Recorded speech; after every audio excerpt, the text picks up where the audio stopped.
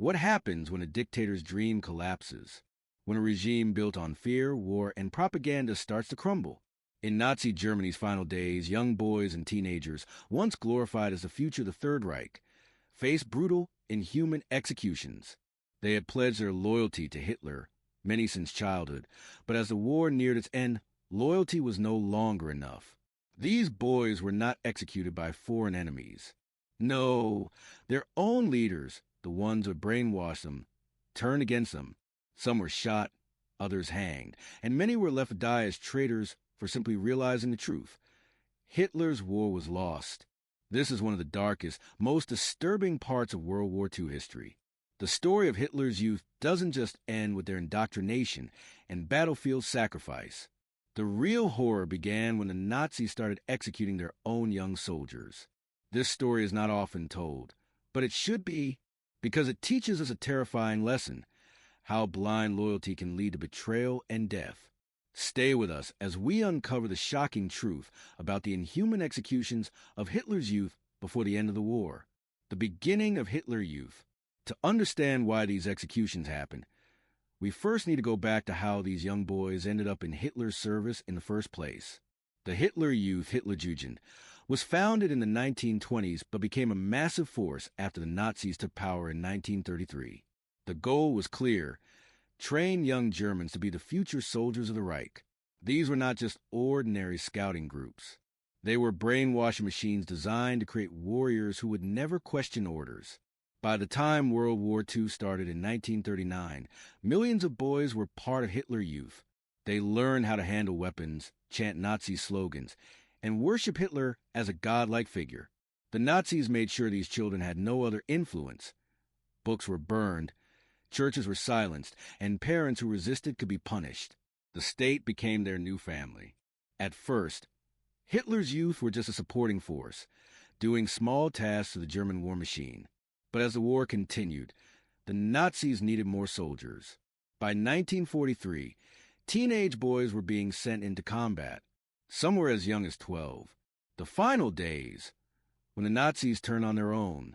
By early 1945, it was clear to everyone, except the most loyal Nazis, that Germany was losing the war. The Allied forces were pushing in from the west, and the Soviet Red Army was tearing through the east.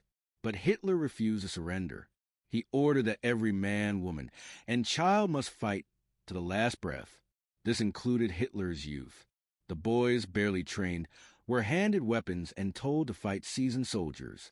They were placed in frontline units, where many were killed instantly. But the real horror began when some of these young soldiers started realizing the truth, that the war was lost. Some surrendered, others deserted, and a few even turned against the Nazi regime. The Nazis saw this as betrayal, and betrayal had only one punishment: execution. Executions begin, the first death sentences. In early 1945, the first cases of Hitler Youth being executed by their own leaders started to appear. Teenage boys who refused to fight, who tried to escape, or who simply expressed doubt about the war's success were labeled as traitors. The Nazis set up military courts, even in the final days of the war, to sentence their own youth to death. These courts had no real trials. The process was fast, brutal, and terrifying. One of the most infamous judges was Otto Skorzeny, a fanatical Nazi officer who personally oversaw executions of young deserters. Some were as young as 14. They were hanged on trees, shot in the streets, or executed in front of their fellow soldiers as a warning. Public executions, a message of fear. As more Hitler Youth started surrendering or refusing to fight, the Nazis took extreme measures. They began public executions to scare others into obedience. Across Germany, in town squares and military camps, teenage boys were hanged from lampposts with signs around their necks that read, "I am a traitor," or "I was a coward." These executions were meant to send a message: disobedience would not be tolerated, even in the final moments of the war. One of the most horrifying cases happened in Berlin, April 1945, when the Soviet army was just days away from capturing the city. SS officers executed entire groups of Hitler Youth who tried to surrender.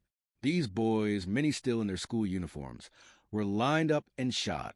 The story of Alfons Heck, A survivor's testimony. Alphonse Heck was a Hitler Youth leader who later wrote about his experience. He recalled how fanatically loyal he had been until he saw his own comrades being executed. He told the story of a 16-year-old boy named Hans who tried to convince his fellow Hitler Youth members that the war was lost. Hans was caught by the SS and brought before a Nazi officer. He was given a choice: pick up a rifle and fight, or be executed. Hans refused. He was shot in the head in front of his own friends.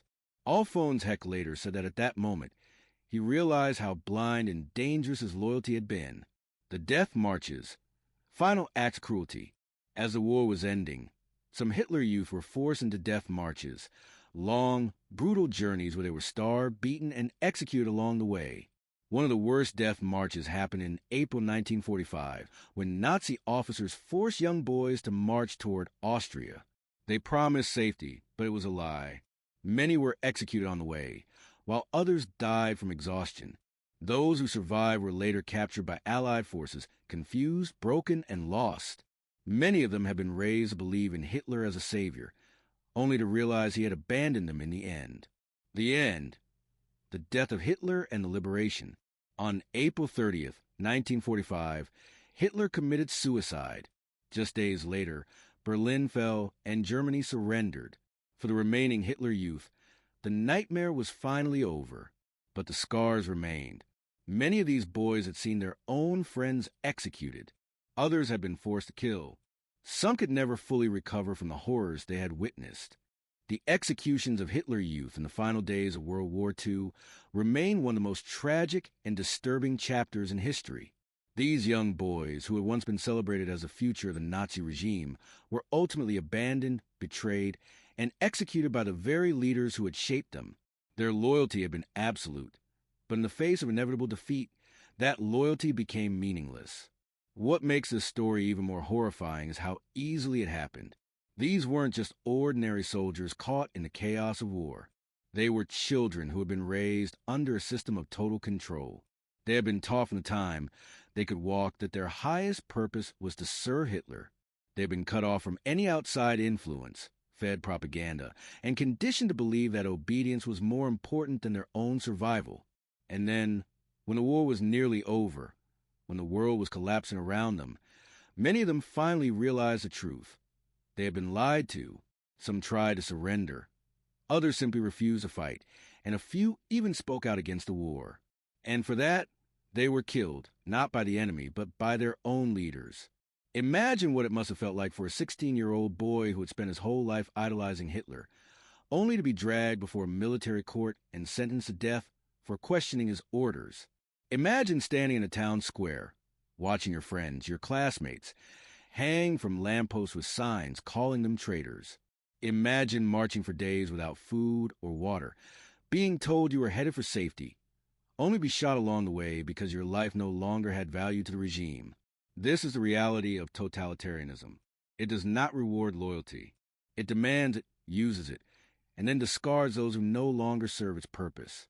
The tragedy of Hitler's youth is not just that they were victims of war. It's that they were victims before they were even old enough to understand what was happening.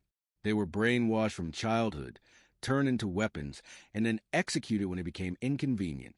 But perhaps the most frightening part of the story is that it could happen again. History has shown us time and time again that when a government has absolute control over its people, especially its youth, atrocities follow. Whether through propaganda, fear, or violence, regimes that demand blind obedience always end the same way, with betrayal, suffering, and death. This is why history must never be forgotten.